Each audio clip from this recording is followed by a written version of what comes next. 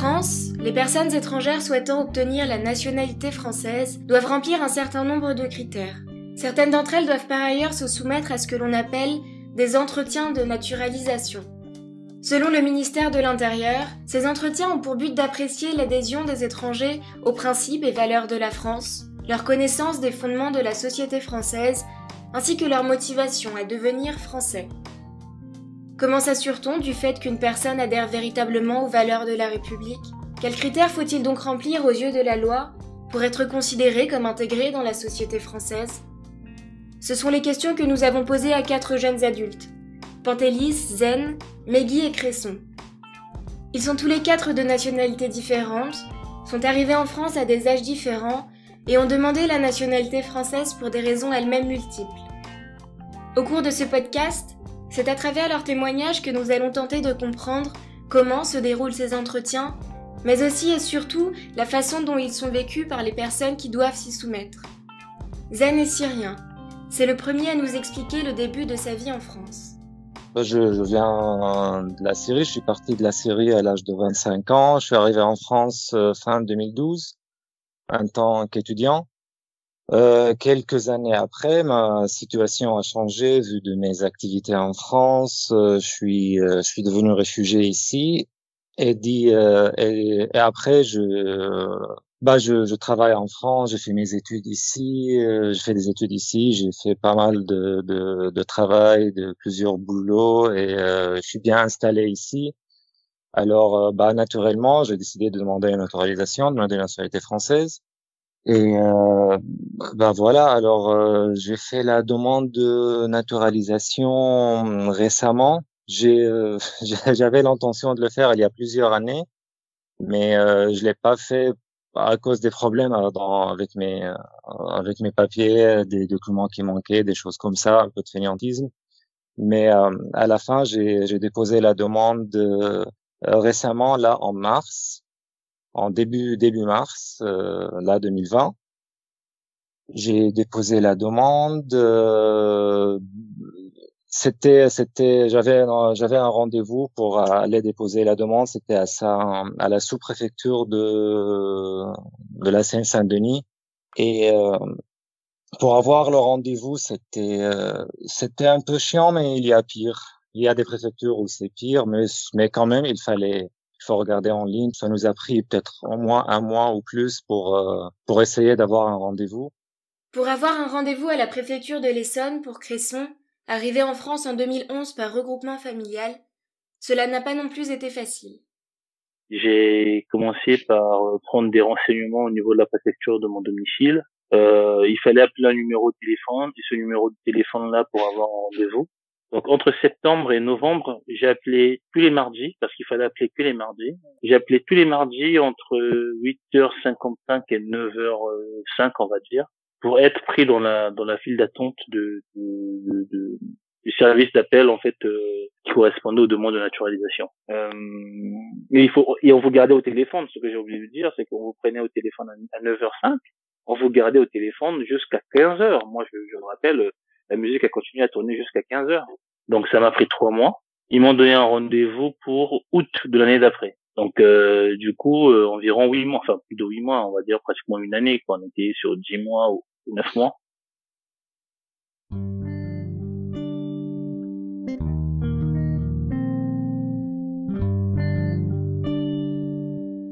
J'ai commencé à travailler et j'ai ressenti le besoin de devenir français simplement dans les démarches administratives, déjà, en premier temps. Donc tout ce qui était renouvellement de titre de séjour à la préfecture. Il faut savoir que dans mon expérience, quand je suis arrivé en France pour changer ma pièce d'identité, enfin pour obtenir ma première carte de séjour, j'ai dû passer la nuit devant la préfecture de l'Essonne, à Évry, pour avoir une place. Donc j'ai dormi dans un abribus pour pouvoir être dans les premiers, pour pouvoir passer, parce que 2 jours avant, à chaque fois que j'y allais, j'avais jamais assez de tickets pour que je sois accueilli, pour que je sois reçu pour traiter mon dossier. Donc toutes ces conditions-là m'ont poussé à demander la naturalisation, et aussi parce que j'aime la France, et c'est quand même le pays dans lequel je veux habiter et je voulais habiter. Pour une seule et même personne, les raisons de demander la nationalité en France peuvent donc être multiples. Il y a évidemment la volonté d'en finir avec les démarches administratives, mais aussi et surtout l'envie de faire véritablement sien le pays dans lequel on vit désormais depuis de si nombreuses années. Parmi les premières questions que l'on pose donc aux étrangers à la préfecture revient donc celle-ci. Et vous, madame, monsieur, pourquoi voulez-vous devenir français? Le plus important, à mon avis, la question la plus importante, c'était pourquoi vous demandez la nationalité. Pour moi, c'était parce que ma vie est devenue presque entièrement en France, alors ça me paraît assez pertinent, assez logique de demander la nationalité française, parce que j'ai plein d'amis ici, je travaille ici, j'ai fait des études ici, et je compte rester. Et j'ai pas mal bougé, j'aime bien plusieurs villes en France, ça me plaît, alors voilà, c'était ça en gros ma réponse, pourquoi demander la nationalité française. Et après, il y avait des questions la dame était très agréable, des questions un peu de culture générale, assez basiques, disons, quel est le nom du président actuel, premier ministre, questions sur le Sénat, Assemblée, par exemple, quel fleuve, rivière à Paris. En deuxième question, elle m'avait demandé quoi? De citer les océans et mers qui bordaient la France.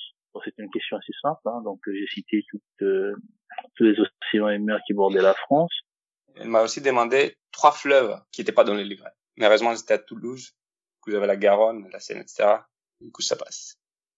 Pantélis, lui, est originaire de Grèce. Il est arrivé en France pour faire ses études il y a plusieurs années. Ce qui était le plus dur, c'était plutôt la partie histoire, la partie personnage historique, date, etc.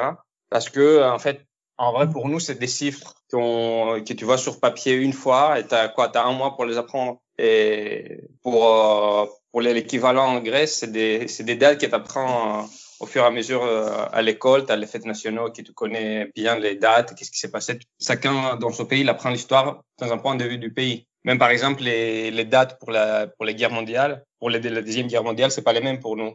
Pour nous, la fin, c'est 45, le début, c'est 40. Il y avait aussi une question, oui, sur un monument. Quel monument que j'aime bien en France? Bon, là, j'ai choisi la facilité, j'ai dit la Tour Eiffel parce que je m'attendais à qu'elle pose des questions après. Alors, sur la Tour Eiffel, je peux répondre. Quelle année? Qui était l'architecte et tout? Et quoi d'autre? Ah oui, il y avait une question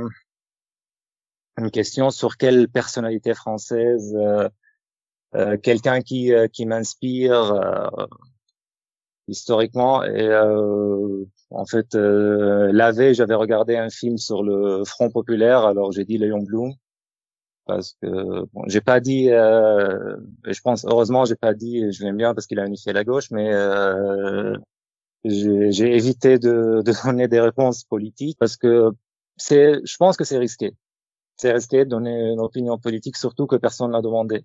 Je dis Léon Blum parce que c'était une période où c'était vraiment assez compliqué, une période entre deux guerres où c'était vraiment compliqué où tous les pays autour, beaucoup de pays autour passaient vers le fascisme et l'extrémisme, et on peut dire qu'il a réussi à faire quelque chose qui est vraiment à l'opposé de tout ça.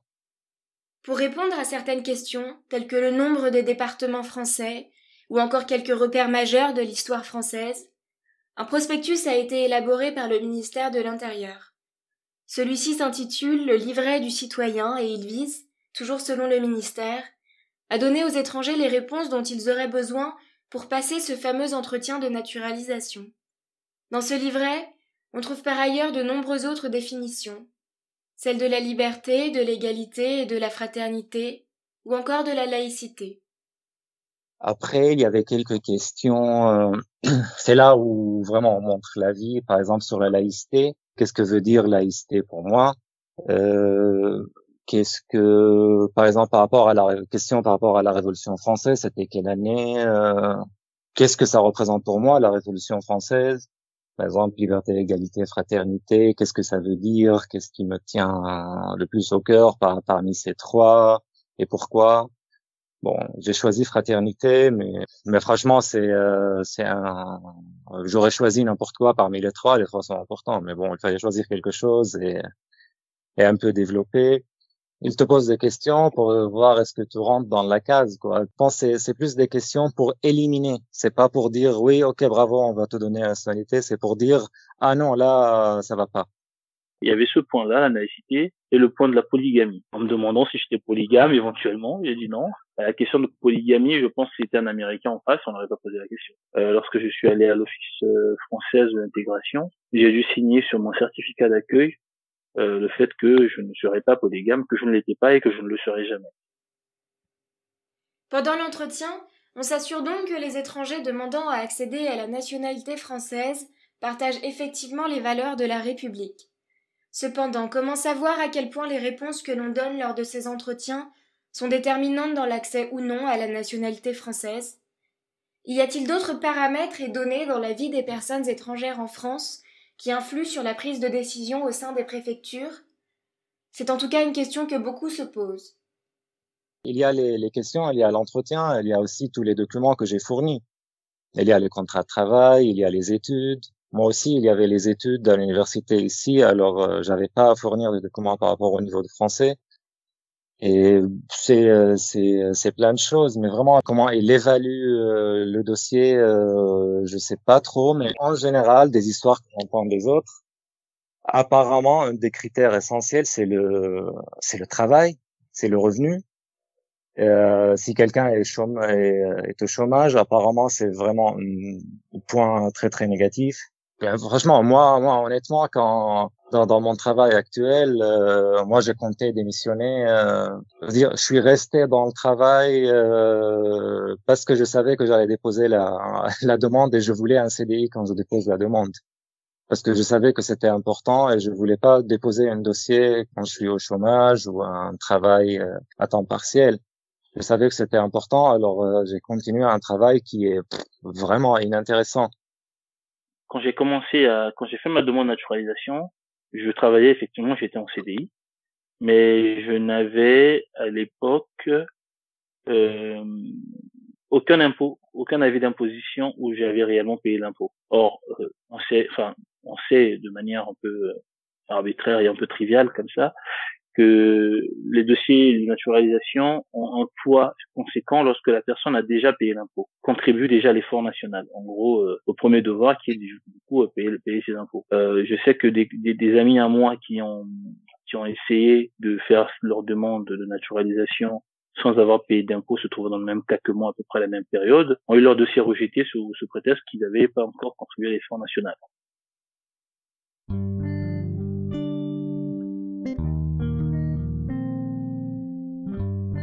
Je pense pas que je suis le public standard que les gens voient, que les gens qui passent les entretiens voient. D'habitude, je pense pas que c'est moi, je suis pas la moyenne des gens qui voient. J'ai un profil où c'est facile. Je travaille ici, je suis ingénieur, du coup, j'imagine que ça aide. J'ai fait mes études dans une grande école en France, je suis européen. Ça fait des années que je suis en France, je parle plutôt bien français, du coup, je peux convaincre que je suis bien intégré. Du coup, j'imagine que les questions, n'étaient pas assez poussées.